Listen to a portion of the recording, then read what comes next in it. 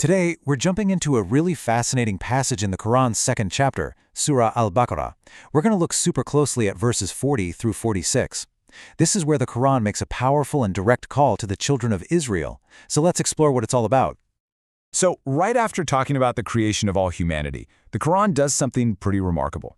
The narrative lens just zooms right in.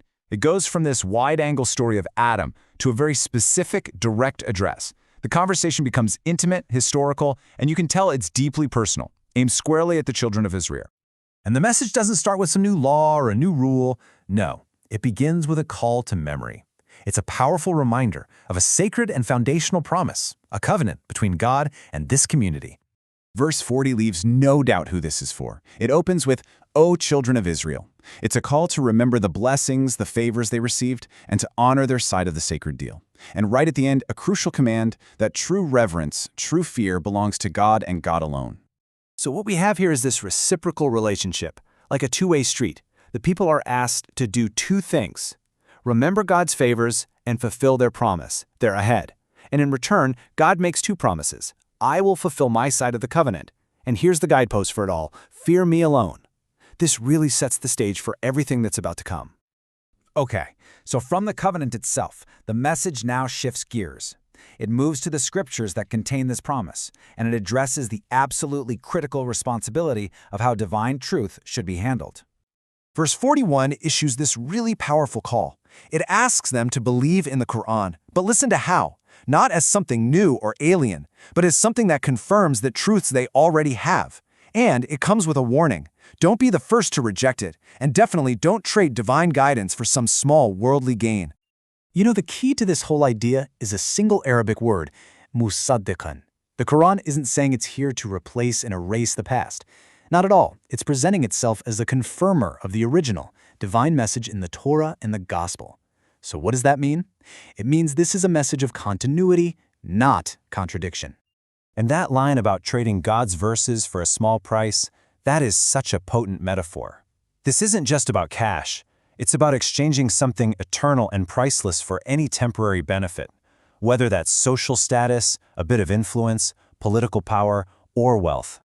Then, verse 42 gets laser-focused with two very distinct prohibitions.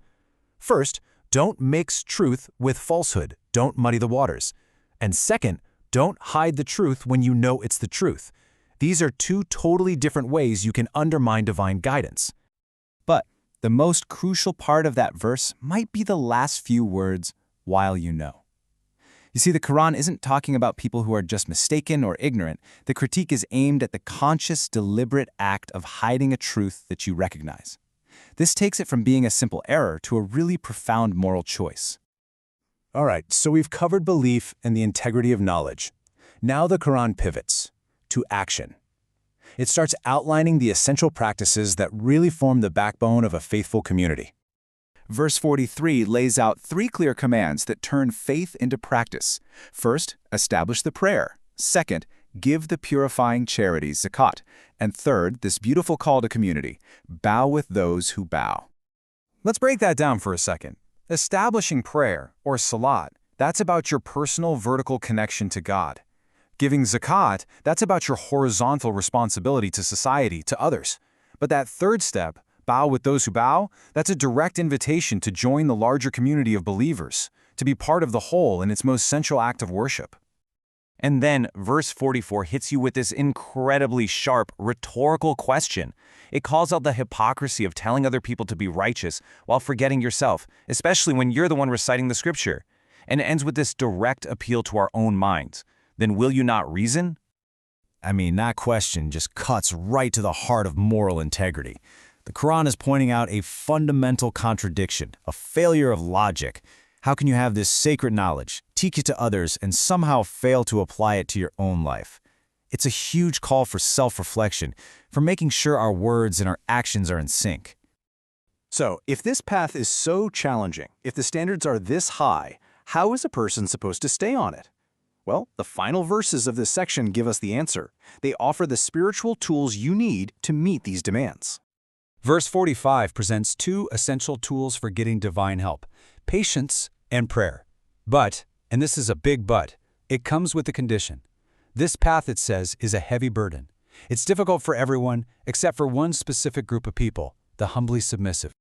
Now, let's be really clear about that first tool, sabr, or patience. This is not about passively sitting around and waiting for things to get better. No, it's an active, resilient state of endurance. It's the steadfastness you show when you're facing a challenge head-on. It's like a kind of spiritual grit. And the second tool is salat, prayer.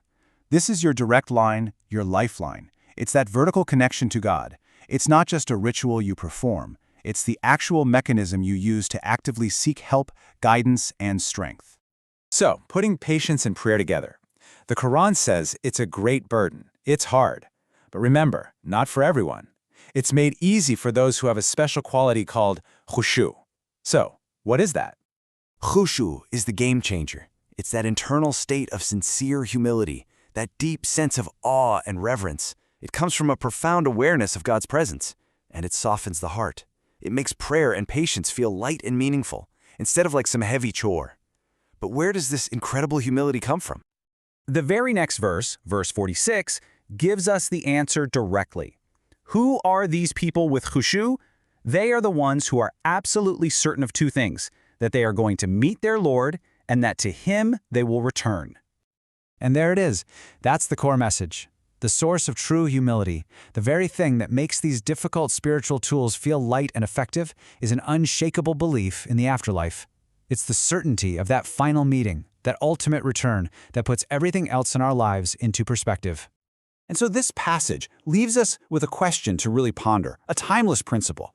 How does the certainty of an ultimate accounting, of a final return to our Creator, shape not just what we say we believe, but our actual moment-to-moment actions today?